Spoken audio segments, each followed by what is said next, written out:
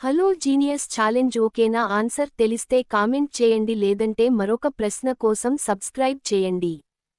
భారతదేశ కురువృద్ధుడు అని ఎవరిని పిలుస్తారు? A. Mahatma Gandhi. B. Gopalakrishna Gokhale. C. Raja Rammohan Roy. D. Dadabhai Naoroji. భారతదేశ కురువృద్ధుడు. Answer D. దాదాబాయ్ నౌరోజీ. దాదాబాయ్ నౌరోజీని భారతదేశ కురువృద్ధుడు, grand old man of India అని పిలుస్తారు. ఆయన భారత జాతీయ కాంగ్రెస్ వ్యవస్థాపకులలో ఒకరు.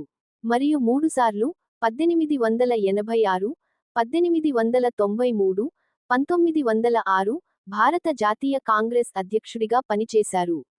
బ్రిటిష్ పార్లమెంటుకు ఎన్నికైన మొదటి భారతీయుడు కూడా ఆయనే. ఆయన తన ప్రసిద్ధ గ్రంథం poverty and an British rule in India ద్వారా భారతదేశ సంపద బ్రిటన్కు ఎలా తరలిపోతుందో గ్రైన్ థియరీ ద్వారా వివరించారు. ఆప్షన్లలోని ఇతర వ్యక్తుల గురించి క్లుప్తంగా. మహాత్మా గాంధీ, ఈయనను జాతిపిత అని పిలుస్తారు. గోపాలకృష్ణ గోఖలే, ఈయన గాంధీజీకి రాజకీయ గురువు. రాజా రామ్మోహన్ రాయ్, ఈయనను భారత పునరుజ్జీవన పితామహుడు అని అంటారు.